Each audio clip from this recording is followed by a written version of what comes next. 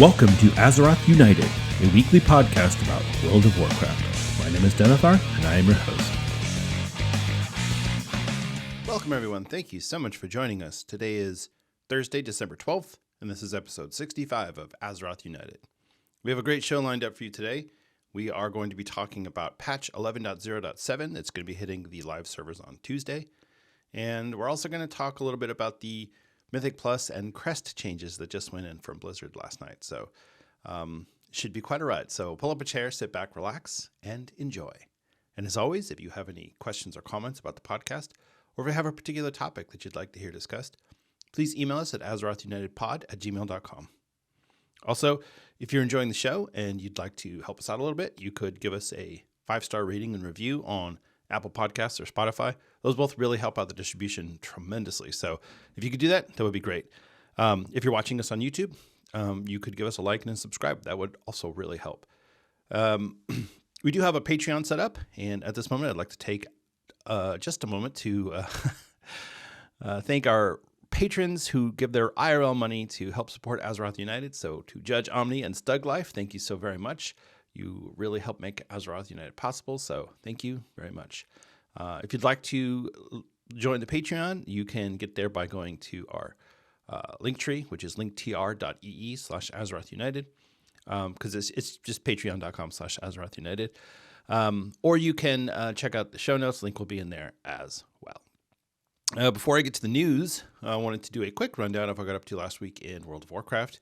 So last week was an interesting week.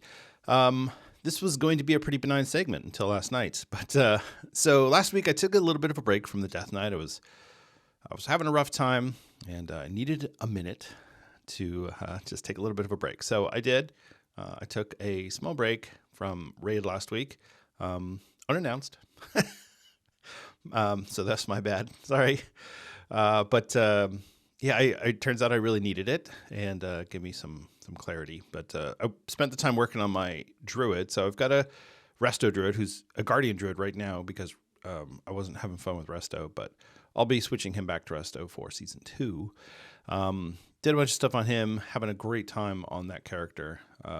So yeah, it's really nice. And yeah, druid's really strong right now in the War Within. It's one of those classes that you go, they're just kind of good at everything, and yeah, that's basically what it is. They're good at everything. They're not great at anything. But yeah, I'm having fun and really enjoying playing the druid. So I did a bunch of time walkings. I did one key on the druid. I did one key on the warrior, but yeah, it's kind of a chill week. And then in Classic, I got my mage to 20, and so the goal was to get to 20, get all the quests ready for the dead mines, go over to Westfall and try to run the dead mines. And I waited and waited and waited. And I thought, okay, so we're back to where we were back in original Classic, which is, yeah, it's hard to get a group if you're not a tank. So I don't know. I just parked him at 20. He's just sitting there. I don't know if I'm going to keep playing on the Anniversary Realms or not. I might go back to it. I might get a bug on my butt at one point and just jump on over there. But for now, the mage is chilling at 20. I think the warrior is 21. And I've got like a 15 hunter. So really nothing of interest going on over there. So that's all that I got up to last week. So last night we had our weekly raid. We do Wednesdays and Thursdays. And I hadn't recorded the podcast yet because I had, as I've mentioned previously, I have a ton of IRL stuff going on, and it's making it very difficult for me to find the time to record the podcast. So I have to squeeze it in where I can. So that's why I'm doing this on Thursday morning. But yeah, so I went to raid last night, and we were going to do Ansurek Heroic, which... So, look, I'm all for getting AOTC. Yes, I get it. That's the ultimate goal. Fine. But we can't even kill Ovanax or Nexus Princess or Silken Court, all of which we have tried at various points and failed miserably. We're not even getting close. I think our best Ovanax pull was like 30%, before we filled the room. So why not do Queen? So that's what we did. We went in, we did Queen, and we got about 5 attempts in before the raid just kind of devolved into some name calling and some finger pointing and some just broad general statements of the overall lack of understanding of how things work by the officer corps. And it got ugly fast. So, and you know what? I'll be the first to admit it. I said a few things that looking back on it, I was like, I probably shouldn't have said that. But it happened. And as a result of some just unexpected but maybe beneficial guild drama, we are going to break our guild prog team down to a 10-player group so that we can focus on the best players in the raid team and get those people practiced and built up on all these fights. And then we can start bringing other people from the raid team in and kind of bolster up from there. So I don't know if this is a great plan or not. This is our plan. This is what we're doing. And I'm all in. But I didn't want to do 2 hours of wiping on Azeroth when I knew we had no chance at all of killing her. There was zero chance.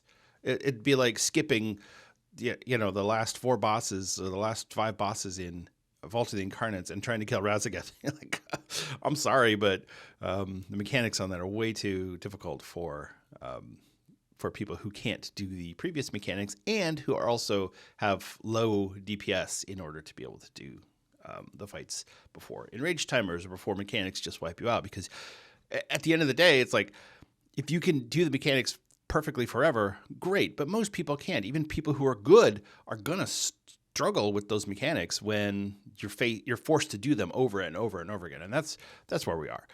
So, that's what happened. And there may have been a little bit of alcohol involved in that between myself and some of the other raiders. So, let's not say that alcohol solves all your problems, but I'm just saying maybe it can help. So, that's so we'll raid tonight, or I don't know if we're raiding tonight. Actually, I have no idea what we're doing. I'm letting the big brains figure all that out. But that's where we are, and hopefully it goes well. I like I said, I feel bad, and I don't want anyone in the officer corps to think that, oh well, this person's trying to take over, or these people are just trying to get their way. And it's like, no, I want to have fun and raid with my friends. That's what I'm looking for. I've said that multiple times on this show, and I've said it multiple times in our raid group. I just want to have fun. AOTC would be great, and I think we can do it, but we have to actually put in the effort, and people have to improve their gameplay, their DPS, their mechanics. There's a lot that needs to go into it, and we can't just force our way into it. You can't brute force AOTC. That's not going to happen. So hopefully the social climate in the guild is not overly chilled like the weather outside today is. That's what happened. So there you go. I could keep going on this, and maybe I will at some point. Maybe I can convince some of the people from the raid team to come on the show, and we can talk about our experiences raiding in the War Within Season 1. So we'll see. All right, that is enough of that. We have quite a bit to talk about, so let's just get right into it. So a couple of my video files were corrupted when I recorded my podcast today, and I didn't realize it until I got into the editing. So unfortunately, there will be some sections where there's no video. It's just me talking. So I'll have some graphics to put on screen and whatnot, which is probably for the best, since that way you don't have to look at my ugly mug the entire time. So anyway, enjoy the episode, and hopefully my camera could do better next time.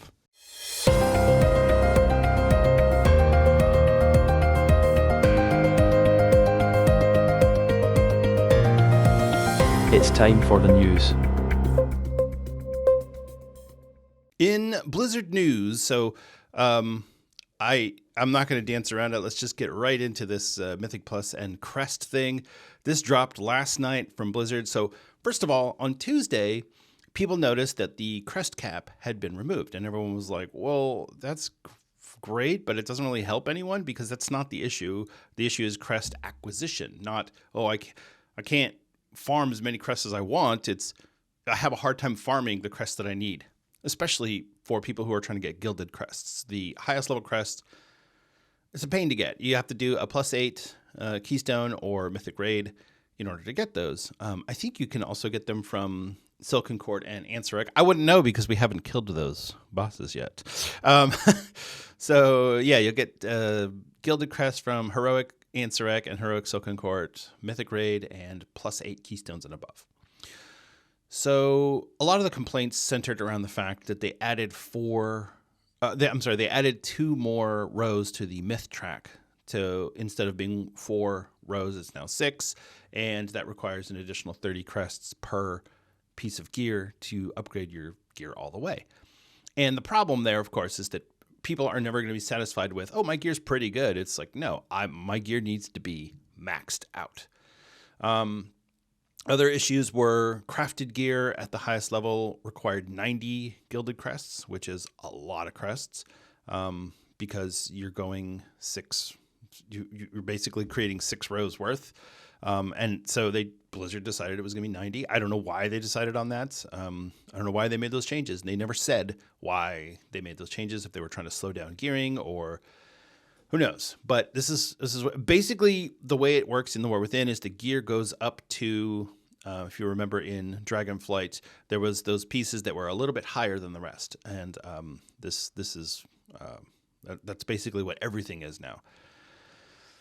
So, people were not thrilled, and there's been a lot of videos about how to fix Mythic Plus and how to improve on crest acquisition, and I actually did post a video last week on my solutions for Mythic Plus, and it wasn't for the high-end Mythic Plus community. It was more for the mid-range, the people who are, I'll do a little bit of Delves, and I'll do a little bit of Mythic Plus. And the people who are in that area are struggling because going from a tier 8 Delve to a 4 or 5 Mythic Plus is not the same. The Delve is way easier, but Delve gives better rewards. So if you want to improve your reward standing, if you go, hey, I'm getting 616 hero gear in Delves, or from the Great Vault from doing Delves, I want to go higher than that. It's really hard. Unless you are already a skilled Mythic Plus player, it's very difficult to do. So I gave some suggestions. I don't know that those are going to do any good, or that, or that they could do any good. Obviously, none of those are getting implemented because I don't work for Blizzard and I have no say in what goes on. But I just wanted to give my thoughts on it because, I have a different perspective than a lot of YouTubers out there who are all, I'm running 12s and here's what I think we should do. And it's like, well, that's great for you, but I don't run 12s. I'd be lucky to get a 6 in this season. I'm not even going to try to do a 7. No. The Challenger's Peril, I have no interest. But anyway, that's not the point of this. The point is that Blizzard made a change to allow for improved crest acquisition from Mythic Plus, and also give some discounts on some things on the other side of it. So let's go through everything. First off, what Blizzard said is, in next week's update, Siren Isle patch 11.0.7, we will make several adjustments to the availability of Gilded Harbinger crests and to the acquisition of all crest types through Mythic Plus dungeons. Cool. All right. That's a lot of words to say, we're trying to make things better. Gilded Crest and Mythic Track gear represent the pinnacle of available gear from a season and are meant to be rare, but we have seen feedback that both the availability of these crests and the cost of crafting top-tier gear fell prohibitive. Yeah, see, that's part of the problem, is that Blizzard thinks that if they put stuff that's, this is really high and it's rare, and that players will just be happy to get something and not be stressed that they can't max it out all the way. And it's like, do you not know WoW players? If you get something, you're going to max it out. That's the way it works. Even at the level that I run Keystones and Raid, my gear's all maxed out. I've maxed out my use of ruined crests. I only need gilded crests at this point, which I can't really get. I think I have like 18. So yeah, it's definitely it's definitely a across the board thing. Every player wants their gear to be the best that they can make it at whatever level they are able to do. I shouldn't say everybody, because you know what? That's a really broad statement. Some people are happy to just do whatever in game, and that's fine. But anybody who's doing something competitive, I think they're going to want their gear to be the best that they can make it. So I feel like that's a fair statement to make. Anyway, so here's the changes that they've made. Currency rewards for Mythic Plus dungeons, crests, gold, and Valor Stones now scale by keystone level, and completing a keystone outside of the timer will always deducts 4 crests. So what they've done is they've said, all right, starting at +2, you get 12 crests for completing it completing under the timer. If you go over the timer, you get 8. +3, you get 14, and then 10 if you don't make the timer. Then we move on to rune crest at +4. So then you're going to go 12. +5 is 14, +6 is 16, +7 is 18, and so on. So just adding 2 every time they go up. And then when you move to a new crest type, you go back down to 12, 14, 16, 18, whatever. And then it's going to go up to +12. You're going to get 20 crests for timing it, and then you'll get 16 for not timing it. So if you're running a 12 and you don't time it, you still get 16 crests at the end as long as you complete it. You still have to complete it. So if you literally just cannot kill the boss, no matter how hard you try, yeah, okay, you're not getting anything. If your group devolves and you all just leave, Hearthstone out, yeah, no crest for you. But if you manage to kill it, even if it took you 2 hours, you'll get 16 crests. So that's a really good change, because then that gives people the ability to say, hey, I'm going to target these higher dungeons, instead of saying, well, it doesn't make a difference if I run an 8 or a 9 or a 10. I'm going to get the same number of crests, so why would I do anything higher? This way, it gives you the ability to say, hey, I want to really grind some crests, and I have a good group here, and I feel like my skill level's high enough, so I'm going to run 10s or 11s. That way I'll get 16 or 18 per. Even if you don't time it, you're getting 12 or 14 per. That's a lot of crests. And I'll put a link to this article from, or this forum post from Blizzard on the show notes so you can see it. And I think I'll probably have a graphic on screen. I don't know if you're watching this on YouTube. But anyway, the point is, Blizzard is giving us more crests, which is what people asked for. Now, they're not giving us 50 crests per run, which I'm sure people would be thrilled at, but also that's kind of dumb, because then it's like, well, what's the point? You run a few Mythic Plus and you're done with your crest for the season? Yeah, that doesn't make any sense. So here we are with this change coming in next Tuesday. They've also said that this is going to be the starting point for season 2, so they won't. This is just going to be right off the bat. This will be in place. A couple of other things that they've added in. So the number of Gilded Harbinger quests needed to purchase a nascent Gilded Harbinger crest, which is what you're using for crafting, is reduced to 60. It was 90. So that's a 30 crest discount. That's basically 2 levels of upgrade. So yeah, that's not bad. I mean, it's still a lot. It still takes you a while to get 60, but let's look at it this way. If you're running +12s because you're just that awesome, good job. If you're running +12s, you're going to get 20 crests per timed key. That means you have to do 3 and you can craft something. That's not bad. That's not bad at all. Good job, Liz. The other thing that they're doing is number of Harbinger crests needed to purchase trade-up bags reduced to 45 was 90. Now, this is huge, which means if you grind, or if you're getting runed crests and you just don't know what to do with all these runed crests you've got, well, now it only takes you 45 to purchase 15 gilded crests. So you're going 3 for 1 instead of 6 for 1, which is massive. So again, if you're running, let's say, what are we doing? +7, which gives you 18 crests. Every time you do a 7, that's going to get you, 3 7s will get you a gilded crest, 15 gilded crests. I'm trying to do math in my head, but yeah, basically, you're going to get your crests much faster. That's the long and the short of it. Oh, and then the final thing is Harbinger for the Gilded Achievement now requires item level 636 in every slot. It was 639. So they know that people are going to want to use crafted gear or crafted items in their gear, and they didn't want to force people to have to get lucky with their great vaults or whatever, and to not be able to use crafted gear in their final sets. So this is for players who are functionally finished with their gearing journey. The bar for the Harbinger of the Gilded Achievement has been a bit too high, precluding the use of crafted gear and requiring luck to fill every slot. Lowering the threshold from item level 639 to 636 should add a little more flexibility and ensure that players who are completing the hardest content feel they can unlock the final warband discount. So there you go. And Blizzard closes this out by saying the changes to crests awarded for Mythic Plus have two main aims. One, ideally, challenge and reward should be directly correlated. Until now, players whose primary goal was optimizing crest income were incentivized to run the lowest difficulty that awarded their desired crest type. Even if they were capable of completing much more challenging content, this had the secondary effect of making it much harder for players just entering the Gilded range to find groups for Mythic 8 keys, because they were often competing for slots with players who really belong in 10s, 12s, or even higher.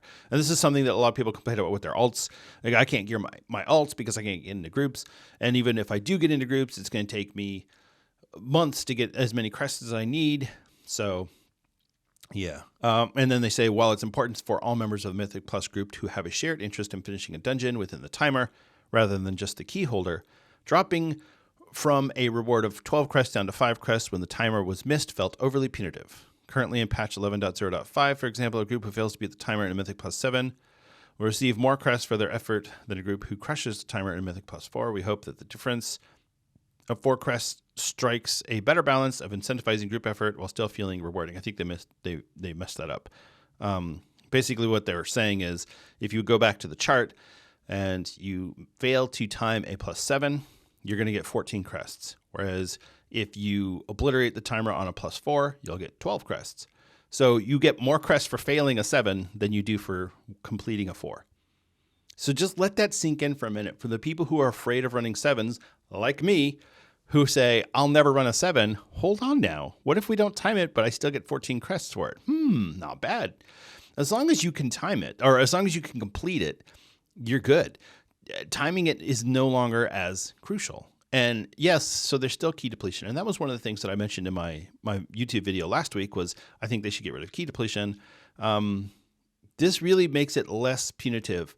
So yeah, okay, it stinks if you have an 8 and you don't time it. So now you're down to a 7, which means you're not getting the good crests.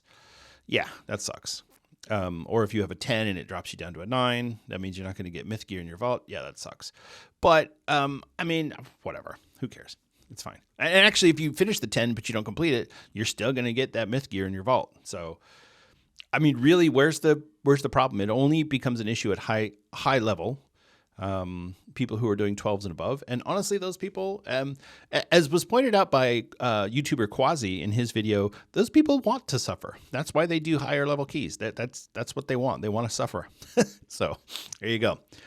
And finally, our goal with these changes is to help players who are attempting to push into the upper echelons of content, as well as those who have alts they're looking to gear up to match the progress of their mains. Thank you for all your feedback that helped shape these changes, and as always, we'll be following closely to see how this reward structure plays out in 11.0.7. All right. Thank you, Blizzard. That was lovely. Nice early Christmas present for all of the Mythic Plusers out there who are struggling with their Gilded Harbinger crest. So, yeah, like I said, I think this is a great change. I think that it's long overdue. I think that Blizzard should have done something like this a long time ago, that maybe even in the beginning of Dragonflight when they switched over to the Valor system, they tried really hard to make so if you remember in Dragonflight Season 1, you could get, it wasn't Valor Stones, I think it was just Valor. Anyway, you would get your currency, and if you got a piece of gear, you could upgrade it as long as you had the rating to go to a certain level. So if you had a high-level player and they needed a specific piece, they could go run a +2 and get that piece and then level it all the way up. That's why Blizzard introduced the current system with veteran track and the champion track and the hero track and all that stuff. That was to combat the people who were running +2s to get their their items. With this system in place now, they're incentivizing these higher level keys, the higher level content. So players are going to want to, at least I would assume so, players are going to want to run the highest level that they possibly can. And my alarm just went off. Anyway, so that's the Mythic Plus change that is coming on Tuesday, December 17th with patch 11.0.7. Before we get to the main topic of the week, let's just do a quick rundown of what's going on this week in World of Warcraft. We have the War Within Season 1, Week 14. The +2 affix is Xal'atath's Bargain Oblivion. And this is the heal absorb, which stinks, but whatever. And then the +4 affix is Tyrannical. So, and then obviously beyond that, you get Challenger's Peril at 7, Fortified at 10, and then Xal'atath's whatever at 12. I've never done a 12, so that's way beyond my pay grade. So, I mean this one stinks, but this will be kind of a gross week because the Tyrannical makes the boss fights worse, and then the Oblivion is really hard on healers. So, all right. In other events this week, so this is the War Within Dungeon event. So we are going to get the Sign of the Warrior buff. The final boss of each War Within dungeon will drop an extra item. This is only for dungeons where the bosses drop an item, so like a Heroic or a Mythic 0. The bosses don't drop items in a Mythic Plus. You get the chest at the end, so there's no extra item to drop, unfortunately. Make sure you pick up the quest Emissary of War from Archivist Erethrune in Dornogal, which asks you to complete 4 dungeons on Heroic or Mythic difficulty, which is not bad. You can just do 4 Heroics real quick, knock it out. And you get a Cache of Nerubian Treasures, which is a hero track raid item. The PvP brawl for this week is Cooking Impossible. Nomi is hosting a Pandaria chili cook-off in the Valley of the Four Winds between the Alliance and the Horde. The first to bring Nomi all of the required ingredients wins. Yeah, this one's really fun because you can either just go get the ingredients to make the food, or you can try to stop your opponent from getting the ingredients to make the food. Either way, it's a lot of fun. You make sure you get do the quest Something Different, which requires you to win a PvP brawl, which will reward you with Conquest, Honor, and Marks of Honor. And the final thing is the Classic Time Walking is back this week, and we are, so I think we have, 4 more weeks of Classic Time Walking. So you'll get the quest Signs of the Past. Classic Reputation gains from combat and quest increased by 50%. Pick up the quest An Original Path Through Time from Bobadormu near the Caverns of Time in Tanarus. Complete 5 Time Walking dungeons and get a Bronze Celebration Cache of Treasures, which is a Champion Track BRD item. Now, this is something that came up this week, and I didn't realize it until I saw this happen to someone. There are 2 quests. If you are leveling up an alt, you will get the quest An Original Journey Through Time. That's the level up version. It does not give you a champion BRD item if you complete it, even if you complete it after you've leveled. The max level quest is An Original Path Through Time. So make sure you have Path if you're a level 80, and if you're below level 80, you'll have Original Journey. So I know it's dumb, but I guess that's how Blizzard had to do it in order to make it work. So, that was it's interesting. So that's basically what's going on this week. Make sure you check out the Caverns of Time 20th anniversary events. Like I said, we've got a couple more weeks of it, but starting next week, we're going to probably all want to go over to the Siren Isles. So this might be the last opportunity for you to go over there and just hang out. So anyway, that's it for the news. Let's move on to the main topic of the week. It's time for the main topic of the week.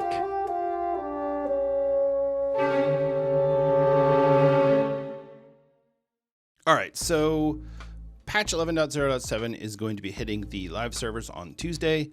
The servers will probably be down for quite a while, so don't expect to log in and play early. Don't take the day off. I hate when people say, oh my gosh, I took the day off and it was patch day and I thought I was going to get to play WoW. No, do not ever take the day off on patch day. It is a mistake. especially on a .7, because there's no new content really. So we'll get into it. All right, patch 11.0.7 introduces a brand new zone, Siren Isle. This mysterious island located in the deeper parts of the ocean was once used by cultists and for Azerite mining efforts. The cultirians who lived and worked on this island have now disappeared.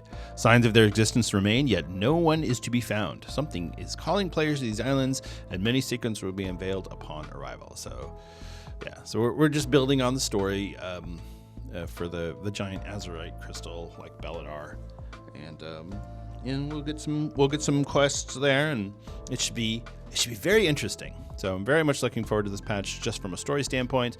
I'm never the biggest fan of the go around and do dailies zones like Nashatar or Mechagon, that sort of thing, Korthia, but it's fine. I get it. Okay. So a couple of things about this this patch. So first of all, the Siren Isles is a new zone, so when you go there, you will not be able to fly at all. So you're restricted to your ground mount. However, Blizzard have, one, given us some other methods of being able to travel quickly, and two, we will be able to unlock flying after a period of time. So first off, the experimental Go pack is something that you can get with, you can purchase it with the new currency. They will be available for purchase from one of the goblins that's there, and you can use them to, it'll basically launch up in the air and then you can glide around. Think about like the wings from the Kyrians in Shadowlands. It lasts for an hour, and you can carry up to 10 at a time. So, and they cost 10 currency. So this is something that Blizzard expects you to have on you at all times. And then the achievement, Cersei would be so proud. During your time in Siren Isle, you will go through a couple of quests to earn upgrades for your Cersei's Circlet, which we'll get to in a minute. The last quest in the chain, Cersei would be so proud, teaches you how to master the strong winds of Siren Isle, and finishing this quest will allow you to fly in Siren Isle when it's not storming. So Siren Isle will have two different phases. It'll have the normal phase, and it'll have the storming phase. And the storming phase is the enemies will be more difficult, and there's going to be more environmental changes, things that make it just harder for you to do stuff. So, and that's fine. So think about it in terms of like when Belladar shifts from light to void. You're going to do different things. So in this case, when it's storming, you'll have different mobs and different things. So, all right. So the new currency is Flame Blessed Iron. This new currency will be, you can use it for mounts, for pets, for transmogs, for the experimental Go packs. You can also use it to purchase the Cersei's Circlet gems. So, this will be really interesting. Now, obviously, when Blizzard does this sort of thing, they're going to pull from other things that they've done in the past. And in this case, what they're doing is they're pulling from, if you recall, on the Broken Shore, you could contribute to one of the different groups that they wanted to repair the Mage Tower, repair the whatever. So it's going to be the same thing there. There's going to be a group of Earthen, a group of Cultirians, and a group of Goblins. And so you have to decide who you're going to contribute to. And whichever one you contribute to, eventually you'll unlock a cave with a giant monster inside. You go kill the boss and get some loot. This currency will drop from various mobs throughout the Siren Isles. Common mobs 1 to 5 per. Elite mobs 5 to 25 per. Rare mobs 100 to 150. Treasure chests will give you 25 to 75. The major excavation events, which is the boss that you're unlocking by contributing, you're going to get 250 to 300, and your daily quests you're going to get 200 from doing those. So that's basically it. So like I said, the major excavations, you're going to want, so it's 5 Flame Blessed Iron per, and you need 150 total in order to unlock the cave. I guess it's better than flying around chasing down rares, but I'm sure that's still going to happen in some capacity. But the big thing from this patch is going to be Cersei's Circlet. Cersei's Circlet is a new ring that is going to actually be visible on your character, so you'll see it on your character's finger. If you like your character, then you should put a ring on it. And it's going to be very similar to the Onyx Amulet from patch 10.0.7 in Dragonflight, where you'll get a ring and it'll have stamina and then no stats. And so it'll have 3 sockets, and those sockets can only fit certain gems that are unique to this content. There's a thunder gem, a sea gem, and a wind gem, and those will have different abilities on them. So as an example, one of the sea gems is the Fathom Dweller Rune Citrine. It grants you mastery, and all other singing citrine effects are increased based on your total mastery. So then there's the Stormbringer's Rune Citrine, which is a thunder citrine, and it grants you 440 of every secondary stat. And then the Windsinger's Rune Citrine, which grants you your highest secondary stat at 1700. So, it's just different ways to this. So if you remember the Onyx Amulet, the gems were very different in terms of what they could do. And I think that was one of the reasons why players didn't really like that at first, because it was really hard to understand, well, how is this effect beneficial for me or not? Because that's one thing that WoW players are always going to struggle with is, how do I know if this is better for me? If it's not really clear, like, hey, this gives you +2 agility. Cool, now I know. If it doesn't tell you that, then how are you supposed to know that it's better for you? So, Wowhead and Icy Veins and all these sites are going to be doing their list of, oh, here's the tier list for the gems and whatnot, but don't listen to any of that. Go pick out what you think you like, wait a couple weeks, and then Blizzard will update the gems that are underperforming, and then we'll get a real good idea of, okay, here's what this is supposed to look like. So that's my advice. That's what I'm going to do anyway. Don't do what I do. Don't ever do what I do, because that's always bad. All right. So that's basically the Siren Isle quest line. There's going to be a little bit more to it than that, and some of it will be revealed as we go, but that's the main crux of it. Is we're going to go to this island, we're going to collect this currency, we're going to get these gems for this ring, and we're going to kill rares. That's basically the whole thing. And there's going to be Vrykul there, and then I think there's going to be Naga there, and it's just it looks like a let me rephrase that. It looks like a more slick version of the Forbidden Reach from patch 10.0.7. So hopefully that's what it is. And hopefully it's a lot of fun. Now, like I said, there's no new content for people who are trying to push high-end content. But honestly, if that's what you're doing, at this point, you should already have taken a break from WoW. If you're mad that there's no new content in this patch, I think it's time to take a break. Go play something else. Go play Path of Exile or something. Just take a little bit of a break. Go calm down, or you know what? Go play in the snow if there's snow by you. Something. Just don't take it out on the WoW community or on Reddit or wherever. Everybody plays the game in their own way, and that's fine. You don't have to take a break if you don't want to. You could level up an alts. You could just run transmog runs, anything you want. But if you're so angry at the game for not producing new content for you because you've already completed the content, maybe a break is worthwhile. But you know what? You do you. That's just my friendly advice for you. So, all right. In addition to the Siren Isle content, there is going to be a few other things coming with patch 11.0.7. So additionally coming in patch 11.1, we have the Goblin quests for the lead up to the Undermined patch. So this is going to be some sort of quest chain that will allow you to kind of prep for what's coming in patch 11.1. And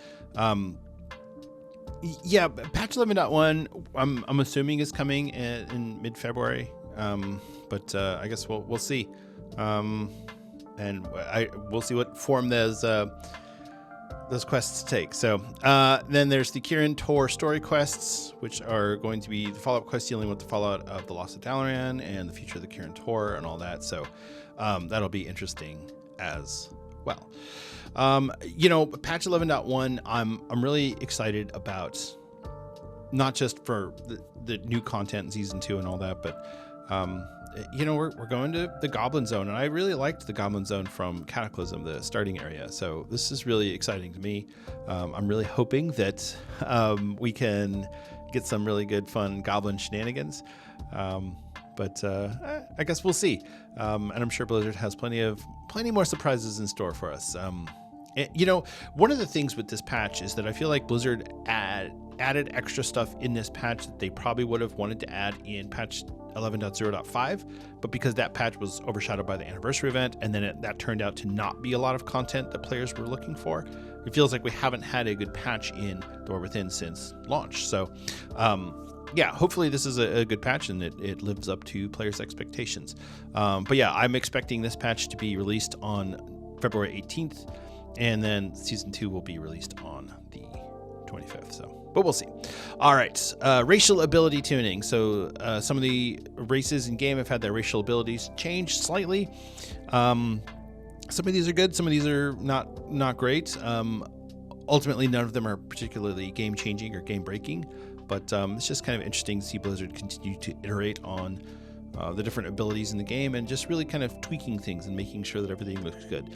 You know, sometimes you can tweak too much and you end up with the Star Wars Special Editions, but, you know, I feel like in this case, Blizzard is not George Lucas, so, you know, that's one person making their decisions. This is a tweak by committee, if that's a thing. So anyway, Draenei, the Gift of the Narrow cooldown is reduced to 2 minutes. It was 3 minutes.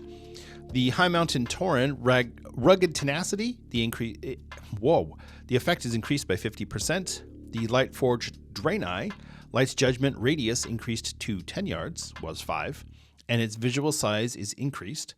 Light's Judgment damage increased by 40%, and it now deals reduced damage beyond 8 targets. So that's kind of a little bit of a buff there for the Lightforged Draenei. And then Holy Resistance has been renamed to Holy Providence, and now increases healing done by 1%. So that's a nice little buff for them as well. Maghar Orcs, stats granted from Ancestral Call increased by 30%, and now increases one of your 2 highest secondary stats. Nightborn Arcane Pulse damage increased by 300%, and now reduces movement speed by 80%, was 50%. And the duration is reduced to 8 seconds, was 12. So yeah, I guess that's kind of a little bit of a nerf. Void Elves Spatial Rift, movement speed of the rift increased by 80%. Duration is increased to 8 seconds, was 6 seconds. And maximum range increased by 35 yards. The visual effect has been updated and no longer appears for party members. So it's just a special little secret for you, Void Elves. You guys have your own special little rift. Entropic Embrace, proc activation rate adjusted, now increases healing and damage by 5% for 12 seconds. It was duplicate your healing and damage, and now functions with Absorb. So I don't know if this is a nerf or a buff or whatever, but yeah, there you go. Volpera, Bag of Tricks, healing and damage increased by 40%. It now decreases enemy movement speed by 80% for 4 seconds and increases ally movement speed by 20% for 4 seconds. Now only affects a single target. That was a lot of percents and seconds, but just know that the Volpera have been updated. They're still short. Worgen, Dark Flight now stacks its speed bonus with other movement increasing effects. This is really cool because now if you have something on you that makes you run fast and you do Dark Flight, you're going to be like A-Train, just whoosh. And then Zandalari Trolls Regenerating no longer cancels from periodic effects, which is nice. But its cooldown is now 3 minutes, and it heals for 50% of your maximum health instead of 2.5 minutes and 100%. So I think that's a little bit of a nerf, even though it makes it more functionally useful. But whatever. And then their Embrace of the Loa's abilities have been modified. I don't play Zandalari Troll, so I don't know what all these are about and how that works. But there you go. So. Like I said, some non-game breaking but still interesting changes that are coming in for the class racial abilities. So, I like that Blizzard is doing this, like I said, and it really makes me feel like you have people who are in charge of this game who really give a damn about it. And it's obvious that they're going in and tweaking racials. That's how much they're trying to make sure that the game is in good shape. So hats off to you, Blizz. Hats off. All right, there are new half-elf customization options for humans and Kalterians. So you can get the little ears that show up like the Arathi have, which is really cool. And then apparently you can also do this on the Worgen human form. So that's really cool as well. So I guess the Arathi are getting around and getting busy with some Worgen. Good job. I don't know. I know a lot of people who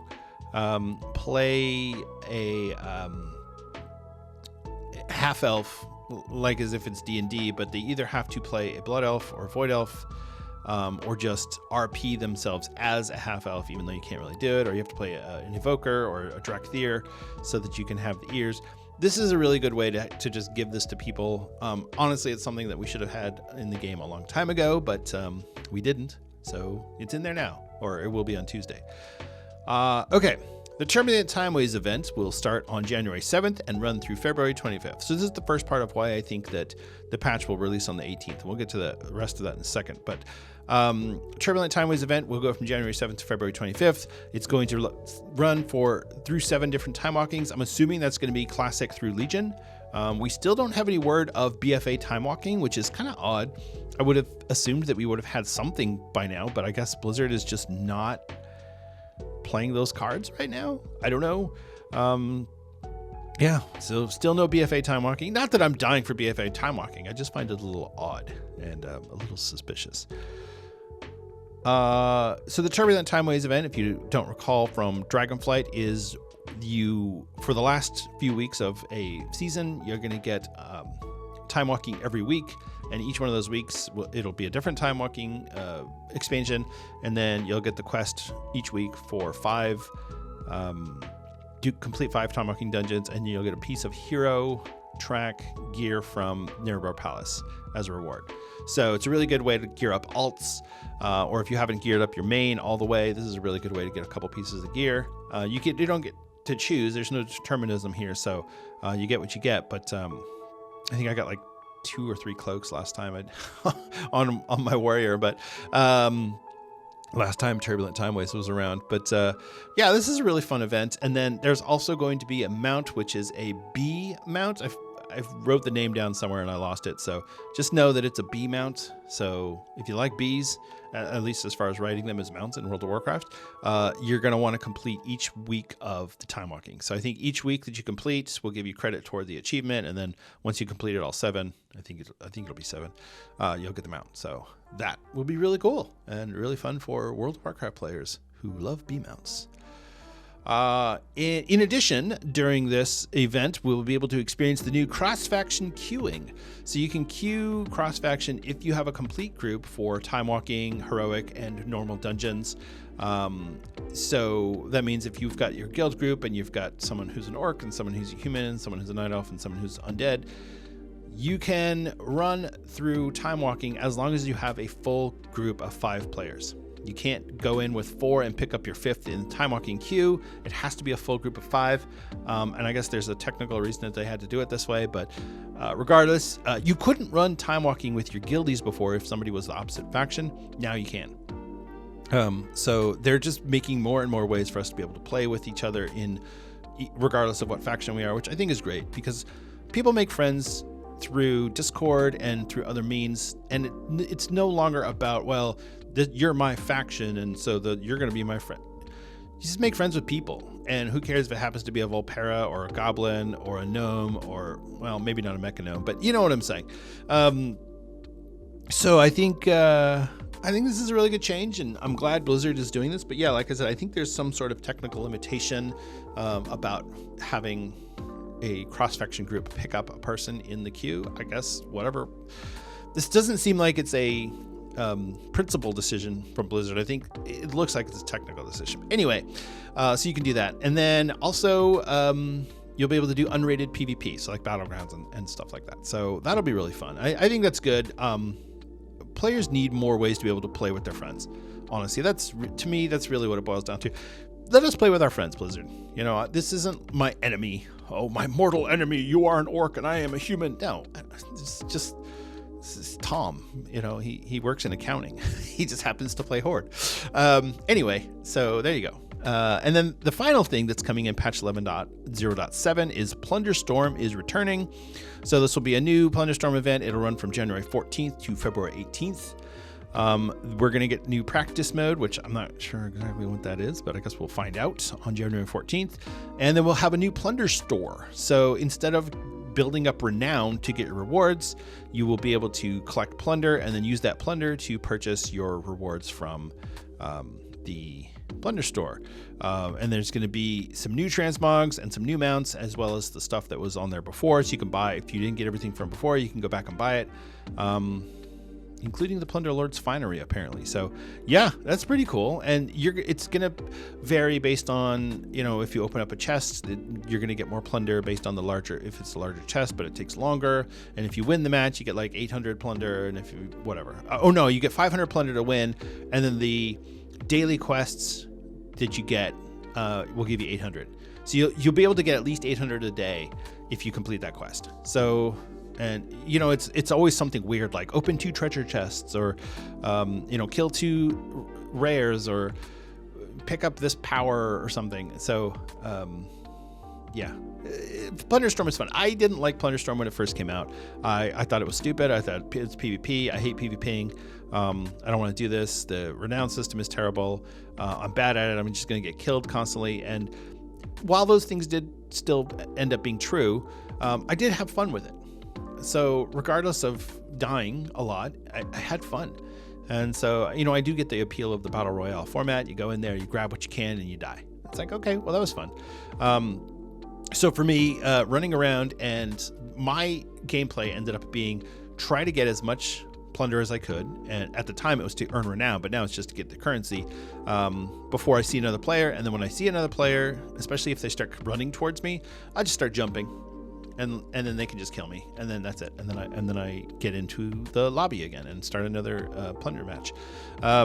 Sometimes I would see another player, and then they would stop, and we would both start jumping, and it was like, well, neither one of us wants to kill each other, so we'll both just run opposite directions. They had the same plan I did, and it didn't work out. So, but that's more plunder that you can get. So that was fun. Now Blizzard has indicated that they're going to be looking at different locations and different iterations of Plunderstorm. I think they realized that they had a really good event, even though people complained, the Fortnite, that was 6 years ago. Come on, what are you guys doing? This is stupid. I think the thing with Blizzard is that they always manage to take an existing game format and make it really slick and really good, and then release it. Doesn't matter. Blizzard's not trying to be first. They're just trying to be the best. Now, it doesn't always work out. Look at Heroes of the Storm, which was a fun game, but it just didn't have the legs that a game like League of Legends has. But alternately, look at Hearthstone. Hearthstone is still going strong, 10 years, and people love Hearthstone. So I don't know. Maybe Blizzard is still able to do that. I guess we'll see. But yeah, regardless, Plunderstorm will likely be a permanent fixture in the World of Warcraft landscape for the foreseeable future. Earthen have been added to Plunderstorm as well, so you'll be able to play as an Earthen. And then it looks like you'll be able to queue for Plunderstorm from the PvP window. I'm not sure how that's going to work, but yeah, it's pretty cool. And so I saw something on, or heard something on, it was the 4 Azeroth podcasts with Manny and Sean last week, and they talked about balancing delves and the difficulty in delves, and it made me think of this with Plunderstorm, because in Plunderstorm you don't play your character, you just play an avatar, and everybody has the same abilities. And their whole idea was to do that, but with delves. So instead of going into delve on your tank or on your healer or whatever, you just go in as a generic person. I think they were suggesting members of the Explorer League, but regardless, you could go in as a generic person, generic character, and have generic abilities, and they could tune the delves to that, which I don't know that I would like it for delves, but I think there are other game modes where it could be a lot of fun.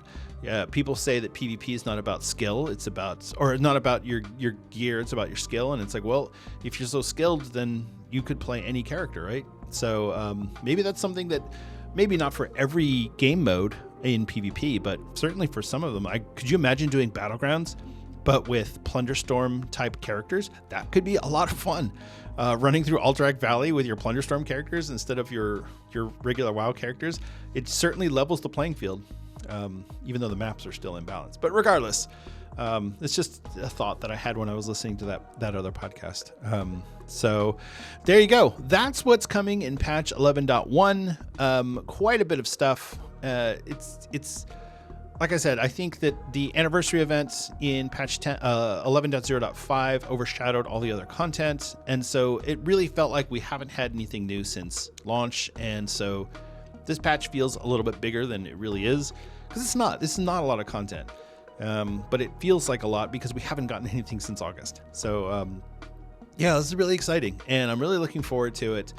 I'm hoping that my guild is still around and functioning so that we can start working on some of these, start working on some of this stuff. But yeah, there you go. That's patch 11.1. So one other thing that I will say about the guild drama and all of that is that, you know, at the end of the day, I want to play this game and I want to have fun. But, you know, sometimes as people, we reach the point where we realize too late that we were beyond our limit.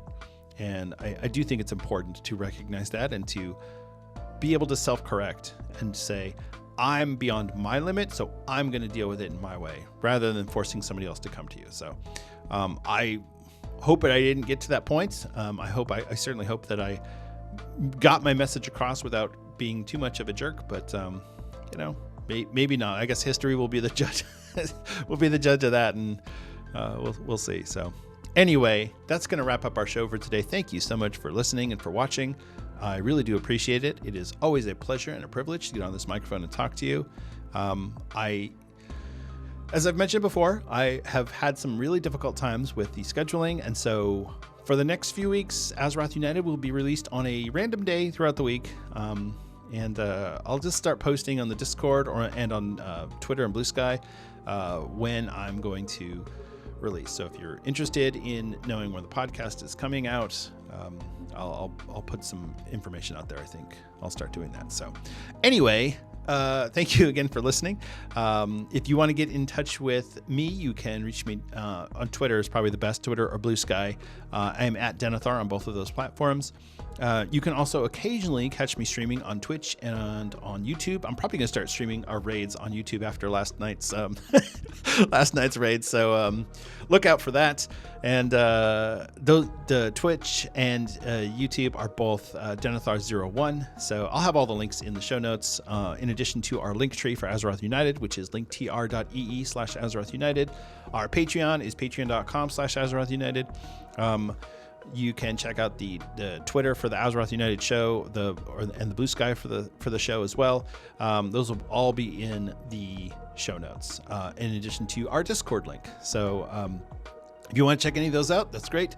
But otherwise, yeah, I think that's it.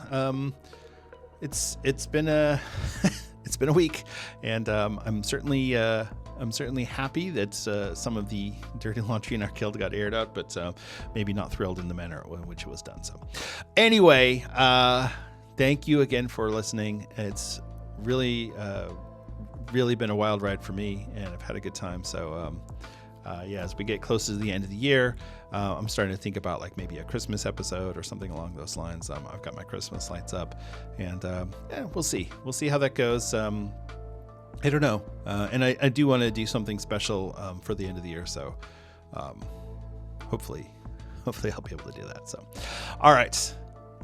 That'll wrap it up for us. Thank you again.